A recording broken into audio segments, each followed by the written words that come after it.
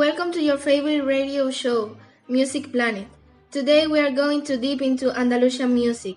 In particular, we want to focus on those traditional musical manifestations, some of which are, we could say, in danger of extinction.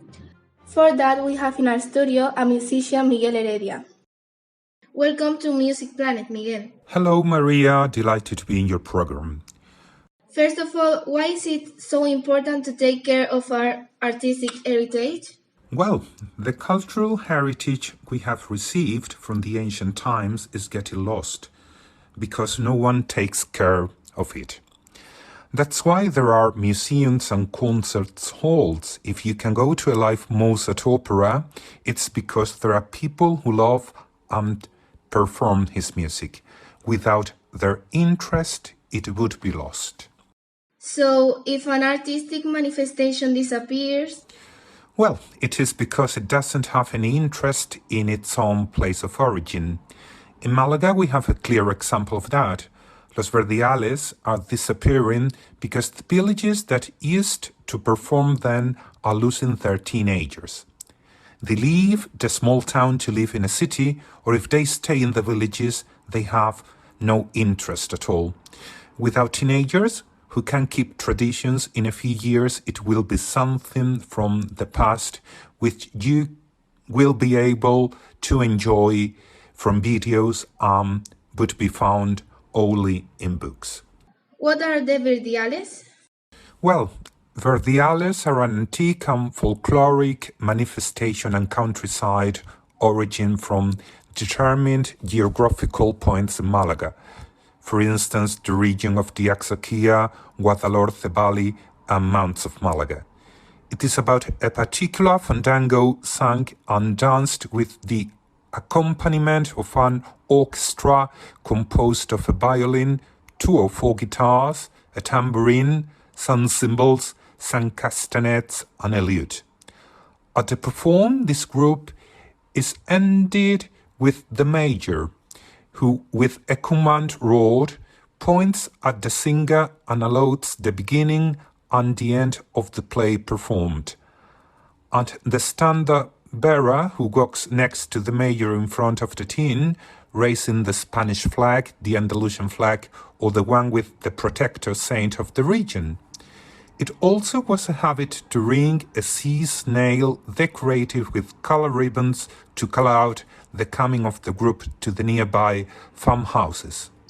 In jargon, the set of players, singers and dancers is called Banda de Verdiales.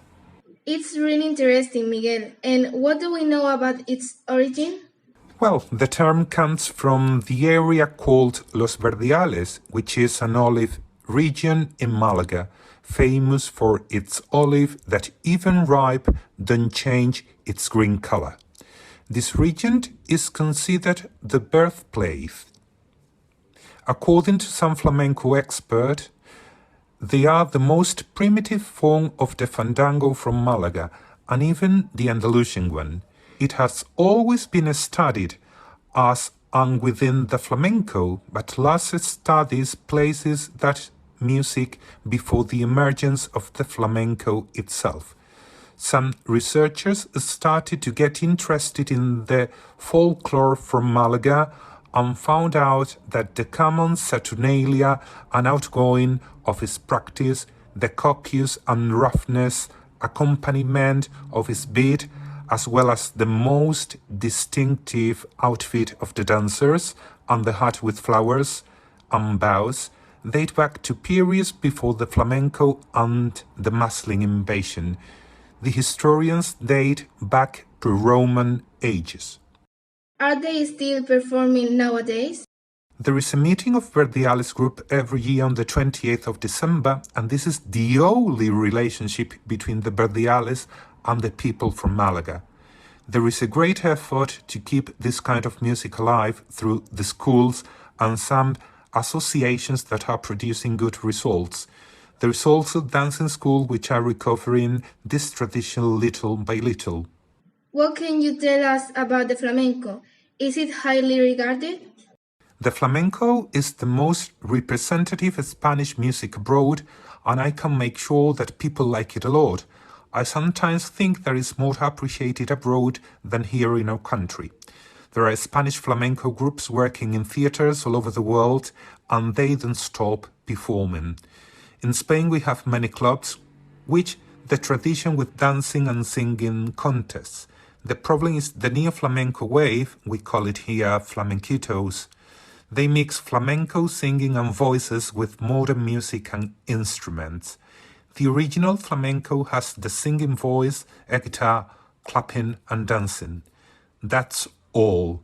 Some people think about the flamenco cajon drum like a Spanish traditional instrument, but that's not true at all.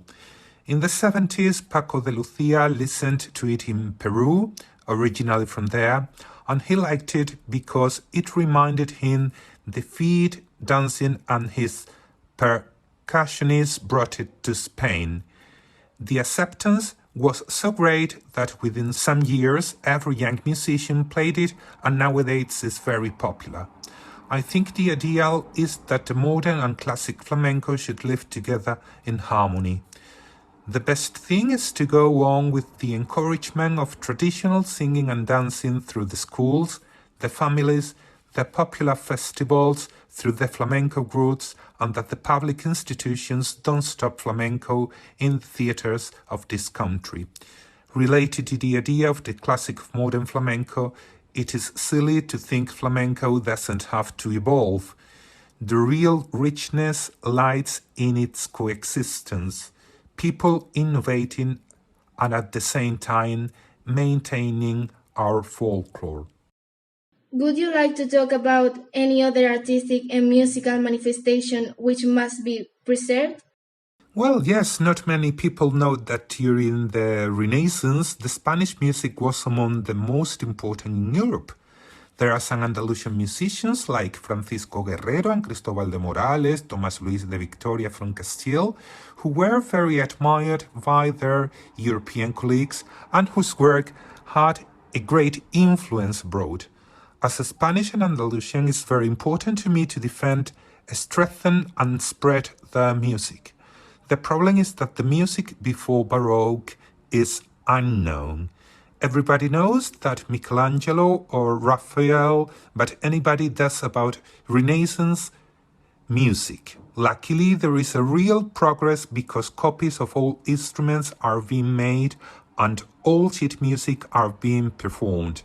There is a great effort to recreate the ancient music with all instruments. In the 60s, Bach was recorded with a piano, but he didn't even know this instrument, which was invented at the beginning of the 18th century.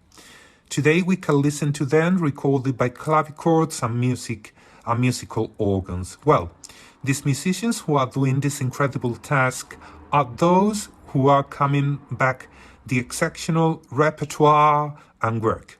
Thanks to this trend of musicians, the importance of the Spanish Renaissance music, the golden age of the Spanish music, is highlighted. Well, Miguel, we have to leave it here. It has been very interesting and hope to meet you again soon. Well, that's all. Thank you, Maria. It was a pleasure. See you soon. Bye. It's time to listen to the news.